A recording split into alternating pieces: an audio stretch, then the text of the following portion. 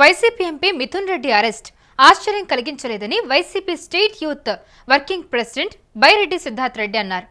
పక్కా plan ప్రకారమే మిథున్ రెడ్డిని arrest చేసినట్టు తెలిపారు. ఆయన ఆత్మస్థైర్యాన్ని దెబ్బతీయటానికి అరెస్ట్ చేశారని ఆరోపించారు. ఇటువంటి కేసులు ఎక్కువ కాలం నిలబడవని ఆయన చెప్పుకొచ్చారు. రాజమండ్రి సెంట్రల్ జైల్లో రిమాండ్లో ఉన్న ఎంపీ మిథున్ రెడ్డిని బైరెడ్డి సిద్ధార్థ్ రెడ్డి పరామర్శించారు. నారా లోకేష్ భవిష్యత్తుకు మిథున్ రెడ్డి అడ్డుగా మారతాడనే ఉద్దేశంతోనే అక్రమ కేసులు పెట్టి అరెస్ట్ చేశారని ఆరోపించారు. అలాగే సుగాలి ప్రీతి కేసులో ఆమె తల్లిదండ్రులు టీడీపీ వారిపైనే ఆరోపణలు చేస్తున్నారని విషయం డిప్యూటీ సీఎం పవన్ కళ్యాణ్ అర్థం చేసుకోవాలని ఆయన సూచించడం జరిగింది. అయితే రాష్ట్రంలో యువతకు జరుగుతున్న అన్యాయంపై దశల వారీగా ఉద్యమాలు చేస్తామని బైరెడ్డి సిద్ధార్థ్ రెడ్డి వెల్లడించారు. డిప్యూటీ సీఎం గారు కూడా ఏం మాట్లాడారు సార్? మీకు అందరికి మీడియా వాళ్ళు మీరే చెప్పాలి ఏం మాట్లాడినాడు ఆయన. గత ప్రభుత్వాలు ఆధారాలు చెరిపేసినాయంట, దానికి నేనేం చేస్తా అంటాడు ఆయన. ఏ ప్రభుత్వంలో జరిగిపోయినాయి? ఏదన్నా ఒక క్రైమ్ జరిగితే క్రైమ్ సీన్ అనేది ఒకటి ఉంటుంది, పంచనామా అనేది ఒకటి ఉంటుంది, పోస్ట్ మార్టం అనేది ఒకటి ఉంటుంది, ఇన్వెస్టిగేషన్ అనేది ఒకటి ఉంటుంది. ఇవన్నీ ఏ పీరియడ్లో జరిగినాయి? తెలుగుదేశం పార్టీ అధికారంలో ఉన్నప్పుడు జరిగినాయి. డిఎన్ఏలు మార్చేసినారట. ఒకవేళ మారిస్తే ఎవరు మార్చిండాలా సార్? ఆ రోజు తెలుగుదేశం పార్టీ అధికారంలో ఉంది కాబట్టి వాళ్ళు మార్చిండాల. పవన్ కళ్యాణ్ గారికి నా యొక్క రిక్వెస్ట్ ఏమంటే, సార్ మీడియా సమక్షంగా మిమ్మల్ని రిక్వెస్ట్ చేస్తున్నా, ప్రీతిబాయ్ మర్డర్ కేసులో వాళ్ళ తల్లి వాళ్ళ తండ్రి ఆరోపిస్తుండేది ఎవరి గురించో తెలుసా సార్? తెలుగుదేశం పార్టీ నాయకుల గురించి. మీరు ప్రశ్నిస్తే వాళ్ళని ప్రశ్నించండి, కానీ గత ప్రభుత్వాలని చెప్పి వైసీపీనో కాంగ్రెస్ పైనో ఈ నెపం నెట్టే ప్రయత్నం చెయ్యొద్దు. లేదా ఓపెన్గా నేను చంద్రబాబు నాయుడికి సరెండర్ అయినా కాబట్టి నేను ప్రశ్నించలేననేదన్నా చెప్పేస్తే మేమన్నా కొంచెం ఈ రాష్ట్రంలో సంతోషంగా ఉంటామని చెప్పి ఈ సందర్భంగా నేను తెలియదు. డిప్యూటీ సీఎం గారు కూడా ఏం మాట్లాడినారు సార్? మీకు అందరికి మీడియా వాళ్ళు మీరే చెప్పాలి ఏం మాట్లాడినాడు ఆయన. గత ప్రభుత్వాలు ఆధారాలు చెరిపేసినాయంట, దానికి నేనేం చేస్తా అంటాడు ఆయన.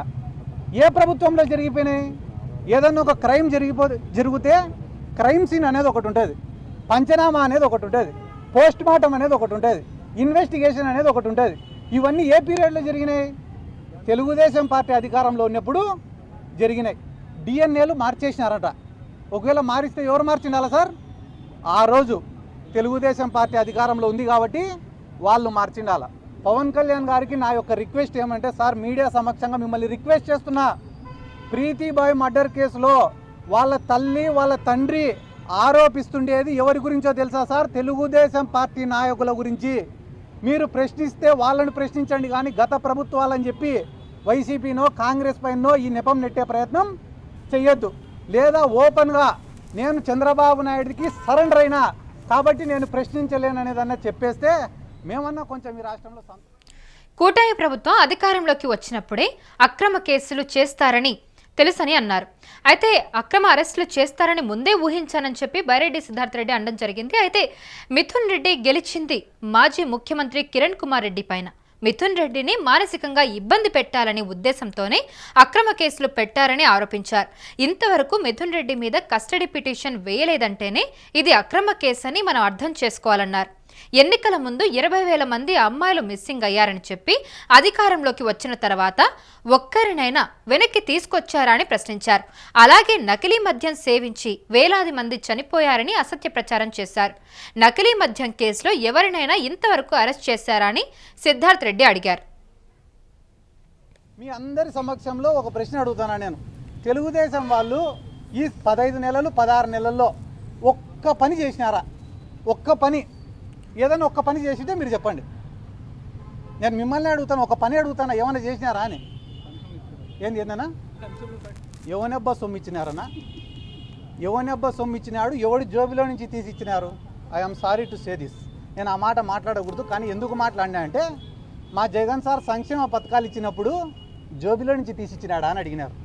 ఇప్పుడు వాళ్ళు పెన్షన్లు కానీ తల్లికి వందనం కానీ అదేదో 20,000 ఇస్తామని చెప్పి 5,000 ఇచ్చిన అన్నదాత సుఖీభవ కానీ ఎవడైనా సొంత జోబిలో నుంచి ఇచ్చినాడా? పొరపాటున సొంత జోబిలో నుంచి ఇచ్చినింటే మేము రాజకీయం సాధించుకుంటాం. తల్లికి వందనం అనే పథకం మీరు ఇచ్చి రాష్ట్రం అంతా డబ్బాలు కొట్టుకుంటా hit, success, super 6, super hit అని చెప్పుకుంటారే.